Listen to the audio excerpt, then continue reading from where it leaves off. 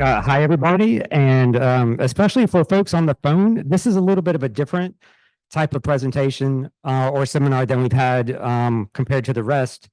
This will be an open discussion and a forum, pretty high audience participation. We don't have slides that will be shared through the Zoom call. We do have a camera live for folks in this room. It's the one with the light lit up over the side. It's shooting across the front of the room. So if you want to get your face on the camera, stand where about where Jerry Bryant is. He's going to lead our discussion today, and the topic is firmware supply chain security. And Jerry, if you don't mind introducing yourself and any other key speakers. Oh, woo! I got Mike's mic. Jerry Bryant. I'm from Intel. I work in the Intel Product Assurance and Security Group, and Mike and Julia and others here. Birds of a feather. So we're here to talk about supply chain security, specifically regarding firmware. To set the context, so there's been a lot of talk about supply chain, and the need for vendors to raise the bar on their product security assurance, being able to respond to issues. But really, what we're talking about here is an issue happened. We're incident responders, and we have lots of examples of issues that take a really long time to get through the supply chain. We were just talking earlier, we talk a lot about multi-party coordinated vulnerability disclosure. This is more like a three-dimensional multi-party coordinated vulnerability disclosure problem. 90-day disclosure windows don't really work in this space, just because of all of the validation work that has to happen before updates go out. So if you think about it, I'm going to tell a little story about having to crush the hopes and dreams of some young researchers. So at Intel, we have a offensive security research team, and there's over 80 people on that team, and they're all very talented. We had a couple young people found a really cool vulnerability called Ring Hopper, or it's what they named it. Has anybody heard of Ring Hopper? Few people. Well, it turns out the issue resided in AMI's code, and then later some others as well. But 2021, I think it was July 21, these guys identified this issue, and they did all the right things. They worked with the PSIRT team. We reported it to AMI. I think around November, it was decided we needed to go to VJ and do a multi-party disclosure. And then around that same time frame, they were told that a fix was coming around end of April 2022. So they submitted to Black Hat for Black Hat 2022. Got accepted, very excited. Well, that fix turns out wasn't going to come until August. And, Intel had a product, the Nook, that was affected by this. Every OEM out there had to do an update. And, once that fix is delivered to the OEM, you're talking anywhere from a month to 3 months for all the validation and testing before the fix actually gets out to the end customer. But I'm going to let VJ introduce himself and talk a little bit about the other side of that Ring Hopper event. Yeah, I'm Vijay Savepalli. I work for CIRT Coordination Center. We try to support these type of coordination where researchers can come to us, try to reach vendors, many times more than one vendor, and try to coordinate a vulnerability that impacts multiple vendors in multiple forms. Whatever not, Ring Hoppers, one of the cases. They said, oh yeah, this involves multi-vendor, this involves firmware. Here, Vijay, you take it, was what they said. I didn't realize what this was. I was already doing some UEFI research work to reverse UEFI software to see how UEFI software is built. UEFI is actually a firmware that sits on top of your hardware, top of your microcode on typical operating systems access. Like it's the equivalent of BIAS, basically. It's a replacement for BIAS. And this vulnerability that they found was in the UEFI code that was present. What we thought was just NUC. Then when we researched, it was in Lenovo. Okay, Lenovo, fine. Then we saw potentially in Dell. And then we found out it's potentially in HP Enterprise. And the number just kept ticking. So this is one of those stories we found out by the time we found how many potential machines just sold in 2022 that would be impacted. It'll be many millions, 100 million or so. So very big event. And Intel came back and told us, we're trying to find a way to make sure this disclosure happens in the most reliable way possible. And I found out this was the most unreliable thing one person can do with his life, is try to coordinate with multiple vendors, try to manage multiple embargo dates, multiple expectations, and multiple ways this firmware was integrated into this invisible part of your computer. You never see it, except when you boot up, you see the little blue screen sometimes, which is now more fancier than before. So this firmware is a very invisible middle layer that is going hidden, and is very highly dependent on a supply chain that's also invisible. So invisible when you operate a machine, and invisible as to how it got there. So yeah, the moral of the story is Intel being a corporate citizen kind of a thing, whatever you want to call it. We decided we needed to ask these guys to pull their talk. So that's like the World Series of conferences. You got accepted to Black Hat. You just got out of college, you found this cool thing, and now you're presenting at Black Hat. Oops, no. Nobody likes to do that. I mean, I didn't have to say the words to them, but I had to bring the issue up, and it resulted in that. So that's no fun. But what other researcher out in the world is going to do that? Oh, it's delayed. Oh, well, then I won't do my Black Hat talk. Right. So we have a problem. And one of the things we thought about, so there's the UEFI forum. We looked at that.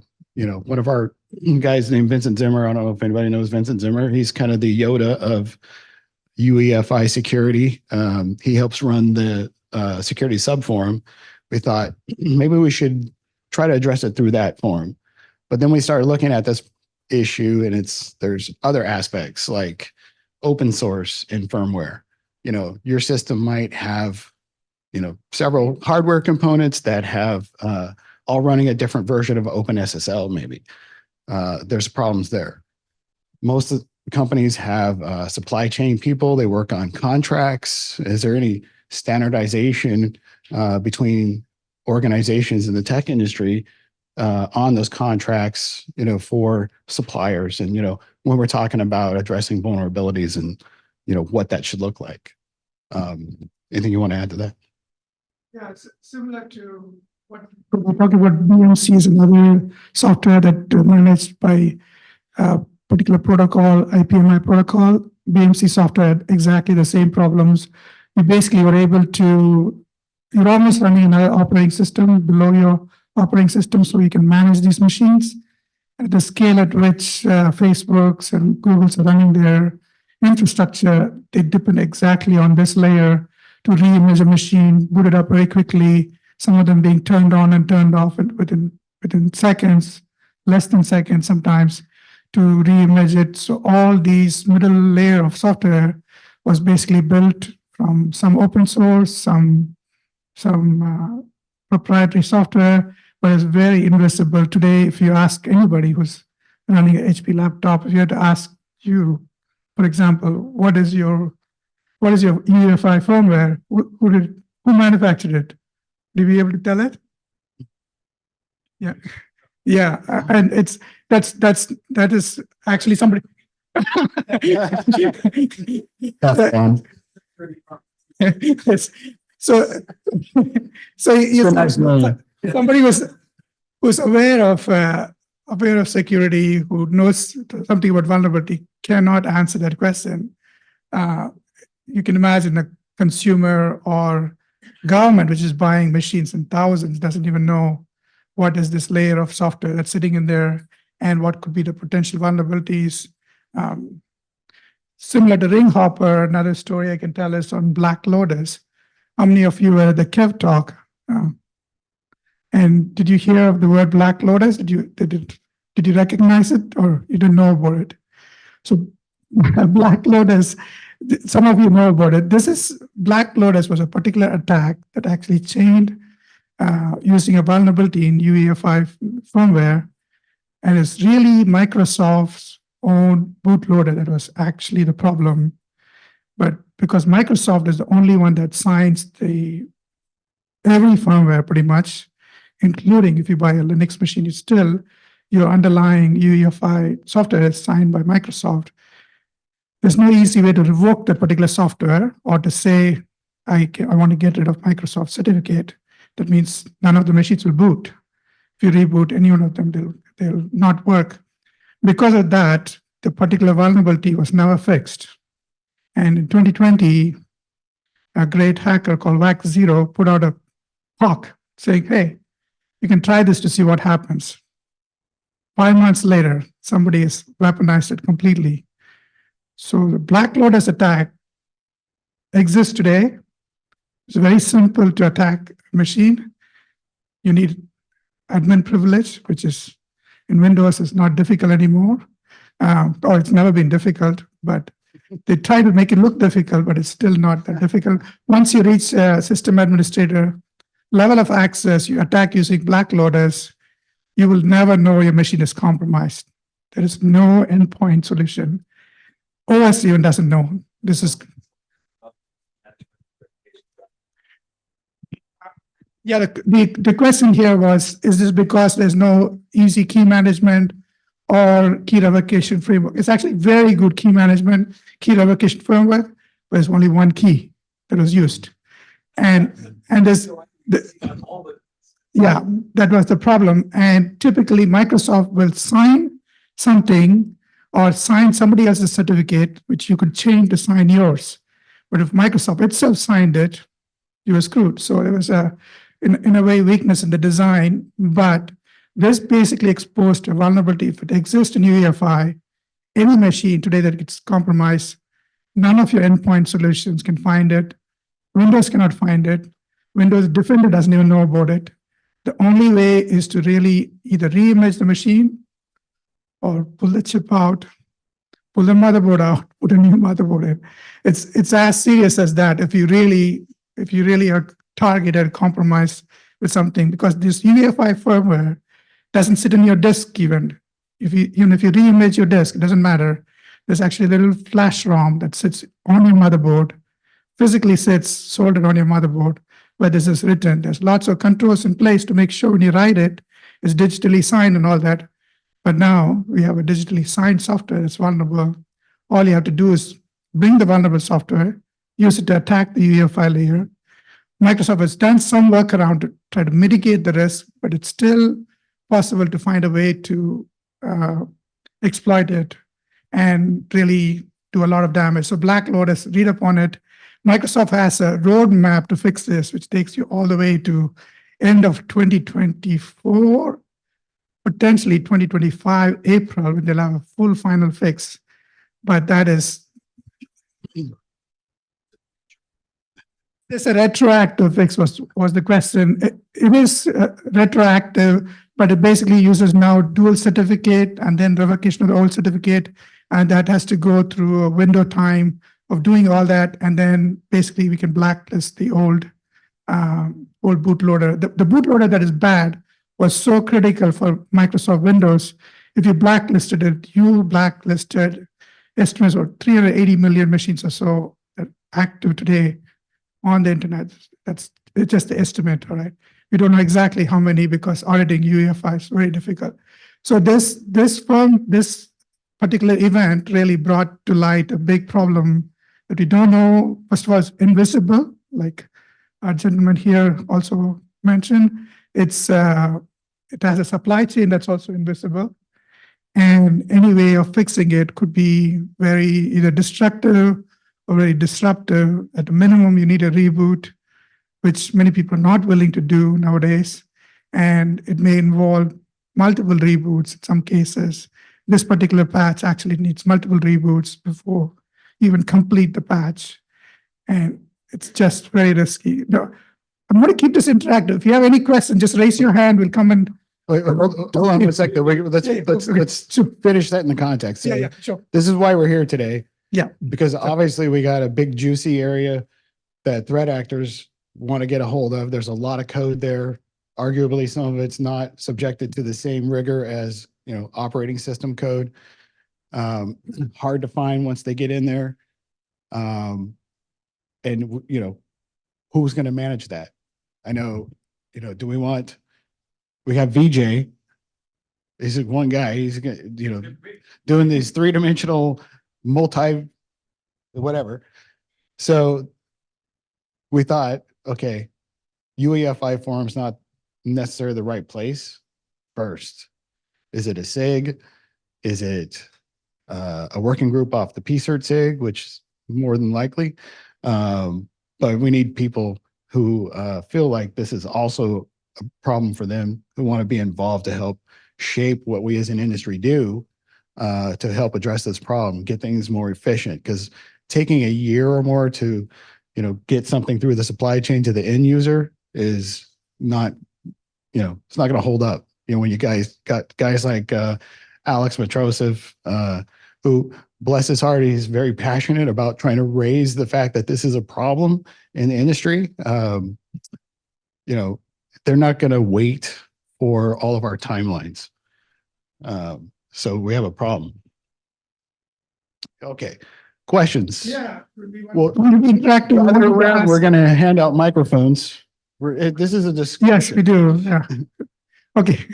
Did we clarify that VJ and I didn't sign up to give a presentation? We want to hear from folks on really, think about this problem and potential things we could do to help solve it. Yeah, we have OEMs here. We have all types of supply chain vendors here. We want you to be involved. We want you to tell what you think, how visible this problem is to you, and what you think could be done, and what could be the actions that you would support, that we as a coordination center can do, we as a SIG can do in the long term. That was loud. First question is, BlackLotus, is that a Windows specific issue or does that affect all platforms? Just curious. So it's a Windows specific issue, but the POC that was put out by a company called Eclipsium and binarily works on both any Microsoft, any Intel UEFI based machine. Intel, AMD, ARM's UEFI support is not great, not quite there, but any Intel AMD machine that can run Windows that supports UEFI is basically vulnerable, which means pretty much every machine. Linux is also possible. It's not just Windows.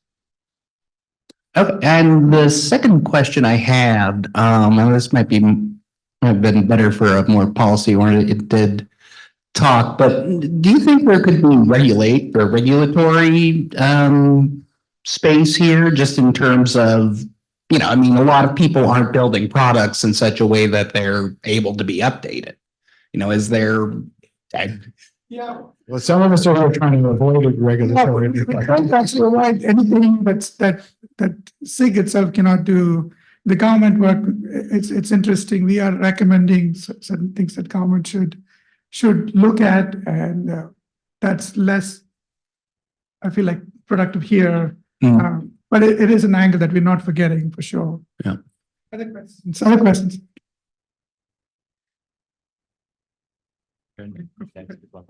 Okay, so you're looking for a safe space that you're soliciting opinions and thoughts, and what can vendors support? Yeah. But how do we make that a safe space and ensure that everyone that's there has good motives, that isn't pushing for irresponsible disclosure, that is working together to improve the supply chain without, constraints? And we all want to move it forward, but we know that we're struggling against restrictions, right? I mean, have we done the work to, establish all of the touch points along the supply chain. So when an issue comes up, we know where it's got to start, who those contacts are, and everybody along the chain knows when things are coming. If something gets delayed, there's a whole, communication that I don't think we have this today. We have BJ who's doing best effort as one guy. Right. Yeah, but it's the same problem that's with any SIG setup, right? So it's not a new problem. I realize the risk is high. Potentially, what you're concerned about is because of the weakness, the risk is high that attackers will get a faster slope than that. That is true, but what option do we have? Do you have a better option? No, and but it is a concern because it's really hard. And when you're trying to create a new pathway, a new working group, a new SIG, whatever that platform is, it's really hard to pull people in and get buy-in when we know that there is a huge risk associated with, let's move forward. I don't know anyone here that would be in this room that doesn't want to do security. I don't think we've identified anything for people to buy into yet. That's the point of getting a group together to identify all of those things, right? Yeah, gentlemen, please. So I have a question, but I'm also not entirely sure whether it's the right point to ask. It's more derived on kind of the title of the session. But when we try to tackle firmware issues, we try to use the same processes as we use for the software world, like CVE system and kind of vulnerability databases and all that stuff. And when we try to do the same thing specifically for Intel firmware, we always get kind of the back push of saying, like, this is a software vulnerability monitoring ecosystem. And basically, when you buy the hardware and the hardware runs firmware, that's basically the hardware you got to buy so that firmware is not represented in the software vulnerability ecosystem. So my question is basically, is that something that happens only to us? Is there some other insights on that? And how do you? I think we should put exactly what you just said on a t-shirt because it's confusing. And that's part of the problem, right? We want to treat it like software. We want all the processes that we learned in software to be transparently applied. CVE should happen. Product should be identified. Supply chain should be identified. The ingredients should be clear. All the principles apply across firmware. Firmware is not different from software. It's the same question we face when we talk about AI, ML software. Is it the only... it's the same problem. It's basically what software processes we know, we need to apply it. If they are distinct, if there's something distinct that needs to happen, we modify those sections and add on to the current process, right? There's no need to change CVD. CVD as it stands is a process that we already know and we know how to work it. Question on that? Or so is it then maybe also a mapping problem? Because kind of I see the pre-notifications contain like CPU IDs, which are different from the CPUs that are referenced in the advisories. So kind of get the naming clear, get the scope clear of what we're talking about. All that can be part of this SIG that defines how do we actually track these things, track firmware, just like we track, just like we plan to track software, which also we're struggling with somewhat, right? So all those things apply. None of them are very different. If they're different, then we identify those to see how we need to handle them. I don't think they are, honestly. I'm handling all the cases I've handled. None of them are different. Honestly, I don't find anything different. It's complex as to how you patch it. It's been invisible, but that's how software was in 1999 and 2003, 2005, when you had all the big events. It's not any different from that. That's what I'd say. More of a kind of comments on some of what I'm hearing, because I've been embedded in the same headache. The supply chain can go really deep, but someone brought up regulatory. If you look at Executive Order 14028, some of the documentation, they call out firmware, even though it's a software supply chain. Because you mentioned the BMC. BMC is really just a Linux microcomputer in almost every case. But the problem you have with BMCs generally is the hardware team build the platform for what, 1 to 3 years and thinks they're moving on. And historically, they didn't own it. Now we need to own it because it's on the network, it's intelligent, it can be hacked. Plenty of vendors have been called out at Black Hat. I'm not one of them, but you know, it's becoming a bigger and bigger issue. And then you get one of the newer issues that I'm looking at is like Section 889, where the US government's basically banning companies. So BMC, Redfin actually has a ban. There's some open source from a banned company's repo, not from 889, but from the state of Wisconsin, strangely. But now if it's in their repo, even though it's public, how's this impact me? Do I need to make a change? Or because it's not pre-compiled code, am I okay? These are a lot of the issues, but there was a working group formed for an HBOM already. I believe they dissolved it temporarily because they were dealing with SBOM and wanted to focus there. But you know, when I look ahead, the supply chain 3 to 5 years out, that's where all the regulation is going to come in, and that's where all the questions are going to come in. So, what, you know, do you have code from company X, Y, or Z? How, you know, can I look far enough down? And then on top of this, root of trust. So a lot of hardware is not built with root of trust today, but how do we know what shipped is what showed up? Or how do I know 6 months later what's sitting in my data centers, what I bought? And those challenges are becoming extremely apparent. And that's what I think strategically we're going to see is 3 to 5 years out. These are going to be table stakes in RFPs. Yeah, thanks for that comment. It is, I mean, to reiterate, it is invisible now, but 3 to 5 years, we need to be able to ramp up to address all these issues. And I think it's possible to do it. I don't think this is an impossible task. The invisibility is the first one to solve. It is clear that we know this exists and there's a potential to reimage the whole hardware and the upper software like the OS. And it is getting as powerful as an operating system today at BMCs with the BMC Linux, like HP Enterprise with their ILO. You basically reimage like a ghost image, the whole data center within 30 minutes. You reimage the whole systems if you want. And if there's a vulnerability there that they're able to use to reimage machines invisible to you, it's a big risk. That's really what awareness also we want to bring to this thing. My question was actually along the lines of his question. It's actually a general, I don't know, how are companies today, are they creating SBOMs for firmware? How are they, you know, what do they? If you ask Mike. I would like. There was. $1. Yeah, I would love to chat with you. But there was. Conference just paid for itself. There was a SBOM proposal, I guess, on the UEFI.org.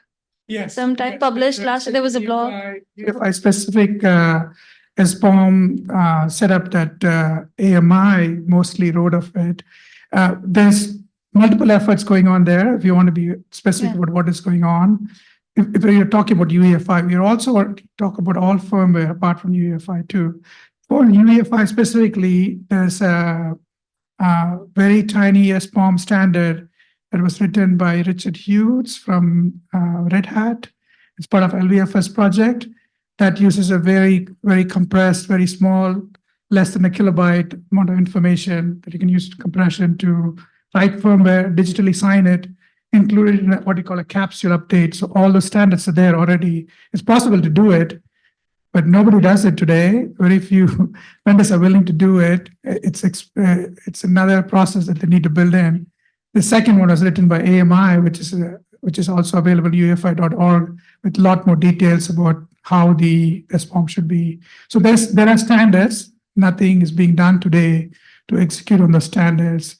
Today, even if you get a laptop, that laptop's SBOM doesn't even include the software, all the software that's there today, right? So it's in a similar stage where there's not enough drive and enough clarity and visibility into that part. Thank you. Yeah, so we had some questions and Yeah. clarifications from the Discord. I think the folks attending online are a little yeah, they're a little confused. I think what you all were talking about earlier in terms of a SIG, it would be something new or a new working group, but the idea is to get people together, see what the interest is and talk about that a little bit for this talk. Exactly. Great. And then now we can go on to the other questions. So Mike at HPE asked for those high severity firmware vulnerabilities that take over a year from report to release security bulletin. Is anyone aware of postmortems on what's taking up the most time and what can be done to streamline? None that I would mention here because it's not my place to talk about. It's not, further back in the supply chain. So, but that's part of the issue, right? There's little transparency. There's little, it's more of I got to do my part. I got my thing out the door. And now the next person, OEM or ODM's got to pick it up. We don't have an end-to-end, cooperation and disclosure process there. At least I don't think we do. That, closes that door and be able to go back and, look at where things fell down if they did. And, how do we correct that as an industry? Because eventually, I think there's going to be more regulation in this space under the software layer. Yeah, as far as the tooling goes, there are companies putting out better tooling. So as I know, HP's UEFI reimaging tool has gotten very mature over the years, Lenovo's as well. So the whole bias reimaging is happening, and it's being forced by some of these disclosures that they realize that they have systems where they had to fix a particular CVE that exists in the UEFI layer. But it's not widespread to say everybody is doing it. Some of the operating systems like HP's own enterprise, if you get a HPE machine, they almost ignore the UEFI layer because they're almost duplicating the services through their ILO, which is the integrated lights out layer, which is like a BMC to manage the machine. Depending on the machine, there's some people who are working on it. I know the latest updates that came out from both Lenovo and HP for some of the models addressed the particular vulnerabilities we coordinated. So there are some companies working on it. Some of the earlier laptops that went out don't even have an interface to update UEFI. So you're forced to having to, like old BIOS, shut down the machine, get up in a CD boot, and things that people just don't do. They'll never do this. So I think that has to die. The tools has to come in. Microsoft has interfaces already, and Linux also has interfaces to update the UEFI, but many people are not taking advantage of it. They not put their tools. Who misses the old floppy boot disk? I still have a USB floppy drive in my drawer somewhere. So I do too. So I'm not a hardware guy, but I stayed in the Holiday Inn Express last night. So I hear a lot of interesting things that sort of sound like it's software, but it's different. And I think one of the really interesting things to come out of a SIG effort would be to articulate the differences and commonalities. So for instance, like what is a reasonable disclosure timeline? How long does it, like, when we think about DORA metrics for software, we think about releases happening on a daily basis, which leads to good security, among other things. What's the right process there? And then other really weird parallels like SaaS. So I don't know if you saw there was some sort of, I think Intel or somebody decided to start renting capabilities on a CPU or something like that. And you'd have to pay a monthly fee for it. That sounds awful. But when you realize that you actually want the business model of your product to have a sustainable revenue model to it, in order to maintain it, the security fixes, right? You start realizing that you want everything you own that has a computer in it to be a SaaS product at some level. Otherwise, there's no business model for keeping that thing alive. Like they abandon the hardware. If they were being paid rent for that hardware at some level, they would be less likely to abandon it. It's messy.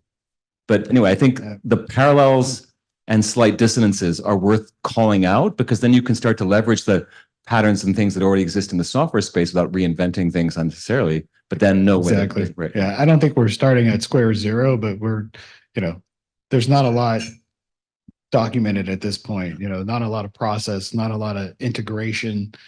I mean, we're all integrated, like with the BIOS vendors, with Intel, with the OEMs, to enable the ecosystem to put out updates. But when it comes to an incident response for an issue that starts way back at the beginning of the supply chain, we don't have a good way to coordinate that. And that's really what we're talking about here is like, should we as first members or, guests, tackle that problem as part of the work that First does in order to address it as an industry before, there's forcing factors.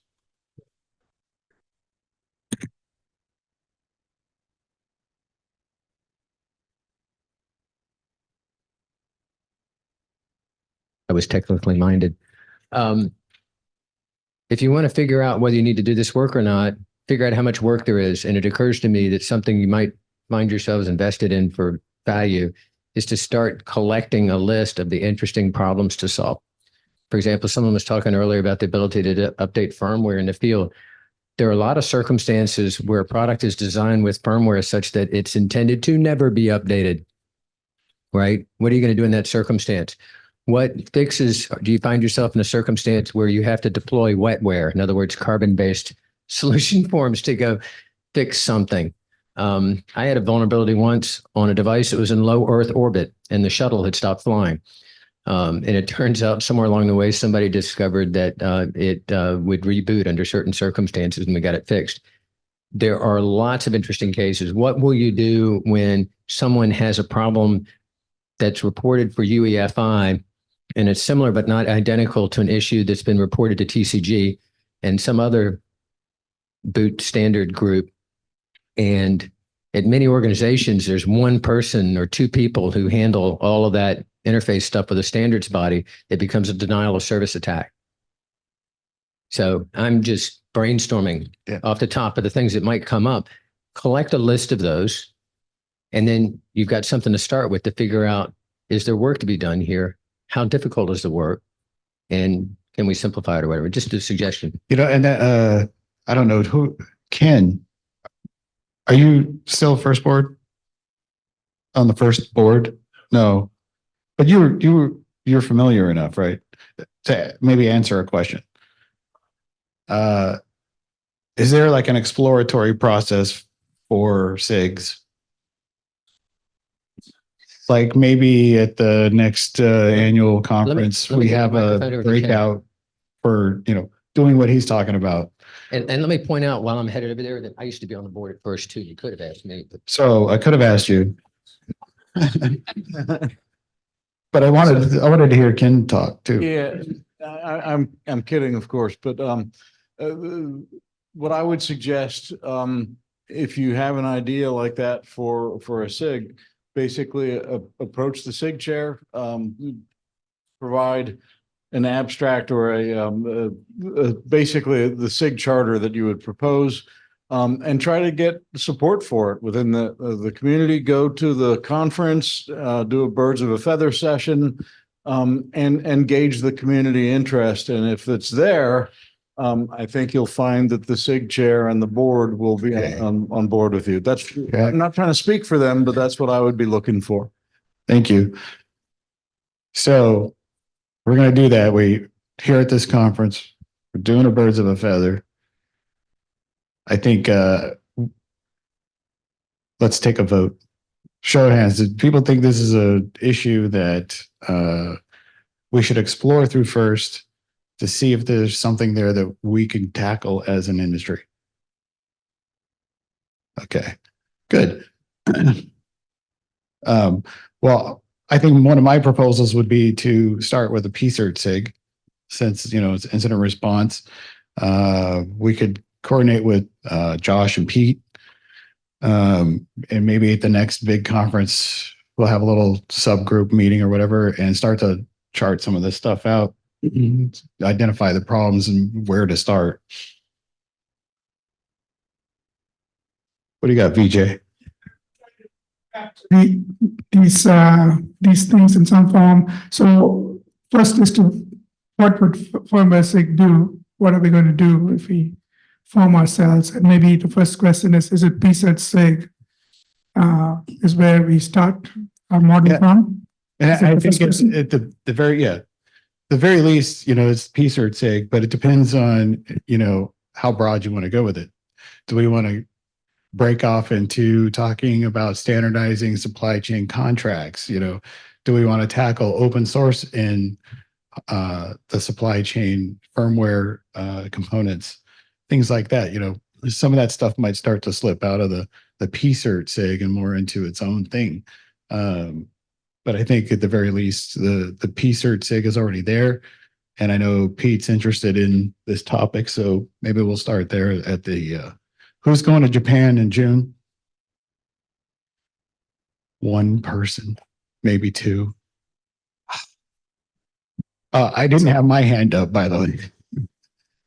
Travel budgets are still tight. So we could follow up also next year, but I think this is the first cut. I expect some chaos as we try to figure out what we're going to do. Some of the questions that came to my mind, if somebody asked me to join us, say, would be something where I'll start, like, what will be the initial group that can help us start to say, understand what are the things that we're going to, what are the membership going to look like, and then what is the firmware and scope. Firmware means many things to many different people. Router firmware to everything else. At this SIG, at least what we planned was everything that's under your operating system that actually manages close to your hardware. That's the basic definition I have. We can get more granular than that. That was my thinking. What do you think? So the BMC, like UEFI, BMC is a very typical ones that I've kept in scope. I'm happy to entertain other firmware. Yes, sir. Yeah, thanks. I'm Rob Spiger from Microsoft. Interesting comment on BlackLotus. Microphone. I think this is supposed to be on. Is it on? Okay, all right. A couple comments on BlackLotus. I think there is a way with the trusted platform module and the measured boot log to be able to see what was in the boot process. So that just a helpful anecdote there. But I think the larger issue around it is part of resolving the issue is trying to address, if you update the UEFI boot policy, you're going to need to block customers' ability to install recovery images and use those. And so I think that's why there's a long lead time on how to fully resolve it. But that may be an issue you want to think about tackling in the group too, about what happens if the solution blocks customer access to recovery images and data, and what do you want to do about that in those scenarios to get to full resolution? Yeah, thanks very much.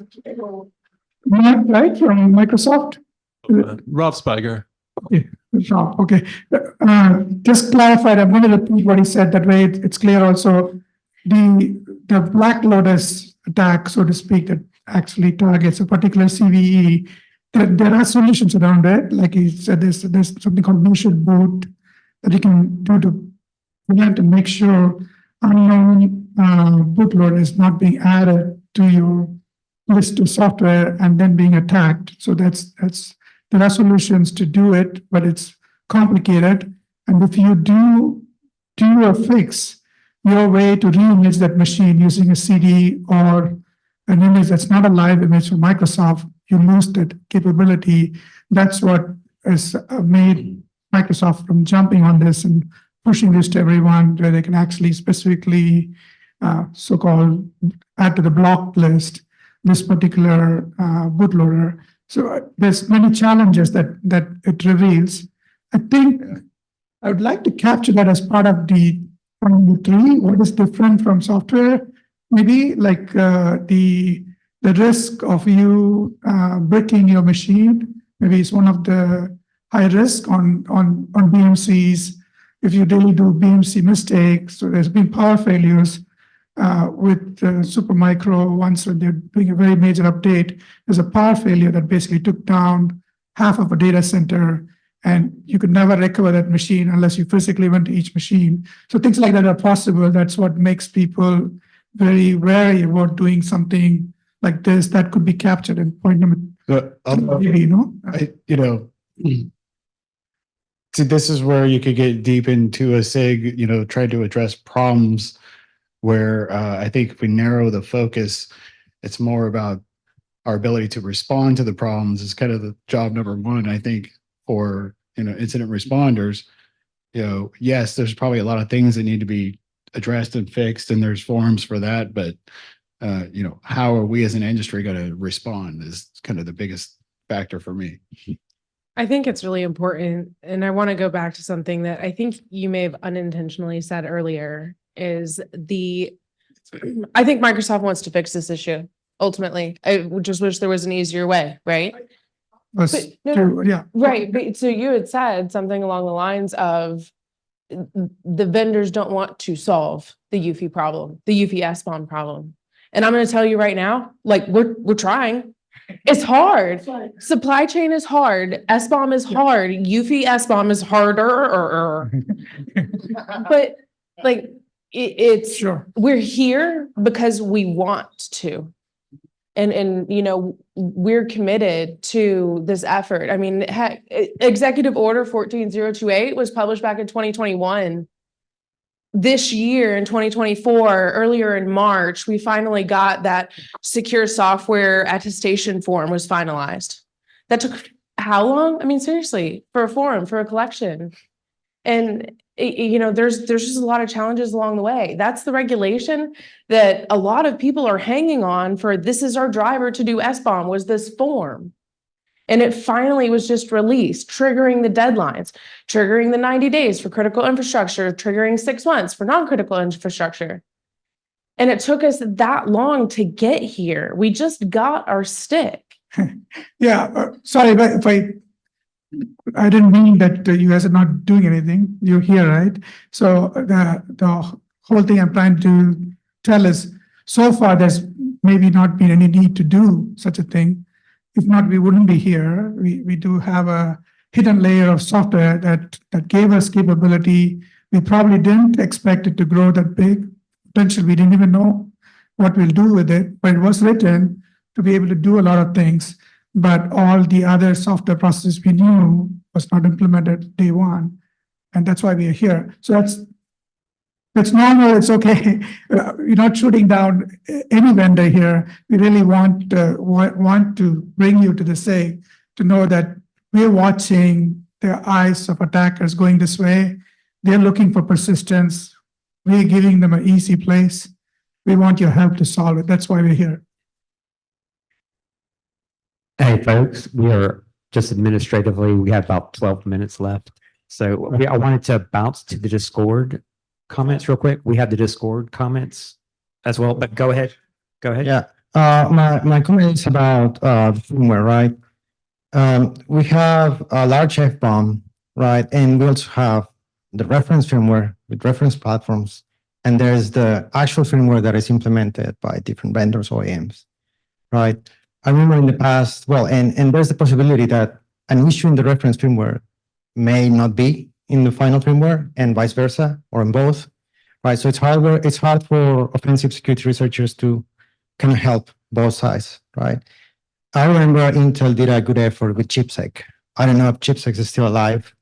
And also along those lines, right, like some things about tooling and things that can help for verification would be nice. Good point. That's a very good point. There's the tooling gap in the firmware analysis. There's many vendors coming in this area, but that's a fair point. We want to go to Discord questions probably before. Yeah, there's a lot of questions on the Discord, so I think both of you, after this wraps up, I would try to check into it. But I think the general sentiment, at least that I'm reading from the Discord, and they'll tell me in a minute if I'm wrong, is that there's a lot of questions around, should we be focusing not just on the incident, part, what do we do once we find out about something, but how do we kind of start being more, I guess, incident avoiders? So just something to note to maybe, for the new SIG is there seems to be a lot of interest in finding out how do we avoid this in the first place? How do we, fix these things faster? And how do we kind of shift it left, to find these things earlier? Personally, I think the first place to start is understanding how to more effectively respond to find all the gaps, to get back to how do we avoid, just the way I look at it. You agree? Josh has another question. More from Discord, I thought. I just wanted to comment on 14028. When the final attestation came out, they, I believe, removed SBOM completely from it. So what we're seeing is industry's got some influence on the final outcomes. I expect, I should say we, that we'll see a new iteration of the attestation form in a year or two, which will take us further. Because if you actually read the EO versus the attestation, the government took out a lot, or not a lot, but some of the requirements that industry was pushing back on. And they're using it to get their foothold, and then they'll keep increasing the requirements. So to your question, should we have a SIG? Yes, and I'll tell you why. Because when VEX started coming up, the PSIRT SIG freaked out, and suddenly they're trying to get ahead of the government telling them how to do VEX. We've got time right now with hardware. They're focused on software, but we need to be ahead and have a solution in place so that the wheel's not given to us, and we're kind of stuck with what's handed over. Excellent point, Josh. And did we have more from Discord? I was just going to add that they still have provenance information. The company should maintain the provenance information. How are you going to do that if it's not in an SBOM? We might need to take the SBOM conversation and the EO conversation completely in a separate thread. But the point is, in the firmware world, we're going to have more delays also. There's phases in which we're going to do this. I think it's going to take time. That's fine. But we want to engage. Hold on. We got a question over here. I was going to ask if the in scope, or what firmware is in scope, all of the different processing units that seem to be bubbling up now. So you've got CPUs, NPUs, GPUs, DPUs. Would those be considered part of firmware? All the processing units? Potentially. Okay. Yeah, it's up to us to define it. I think the tighter we keep it, the more productive we can be. The broader we make it all the way to microcode and below, it's going to be harder to execute as fast. So I think it's up to the firmware SIG. We are trying to assist the SIG, so we know what can be in scope. I made it very much narrower than what you said in my mind, but I'm open. If we think we can implement these in microcode, why not? But I don't think we are there to learn lessons in this layer. Yeah, that's my at least gut feeling. I've been wrong before, so don't count on me. I've been wrong once in my life, and that was once when I thought I was wrong. Kidding. That was a saying from my dad that I just never forgot. He's been through a tough time. Yeah. Anyway, so I think we're just about at time. Were there any last questions or comments? I think next steps is we're going to talk to the PSIRT SIG about the next, well, hopefully before VulnCon 2 or whatever they're going to call it. But I think anybody whatever that meeting is, anybody that comes is we're going to make some F-bomb t-shirts, courtesy of Mike Wiles over here. But everybody's going to get an F-bomb shirt.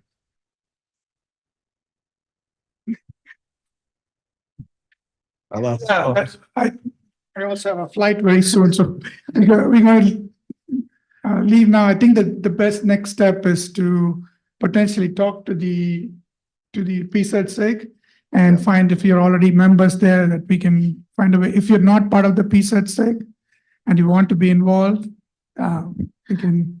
I guess just a suggestion, if you can have like who is the right audience to be a part of this SIG? Are those the experts, the engineers who basically are working in and day out in the space? Or like if we could define who is the right person, then we can get the right people on the SIG. Yeah, I think that's a really good question. Again, I go back to the incident response, because we don't do that really well yet. But that's also why we need to have another meeting to dig into that. Because I think that you're right. There's probably, separate working groups potentially underneath that SIG. So Well, thank you, everybody. Thanks first for giving us the last session on the last day. That seems to be what they do to me all the time. The last time I presented at first was in Scotland, and I got the after lunch session the day after the big party. So they love me here, I think. Yeah, excellent, folks. So wrap up in room 2, and that's it.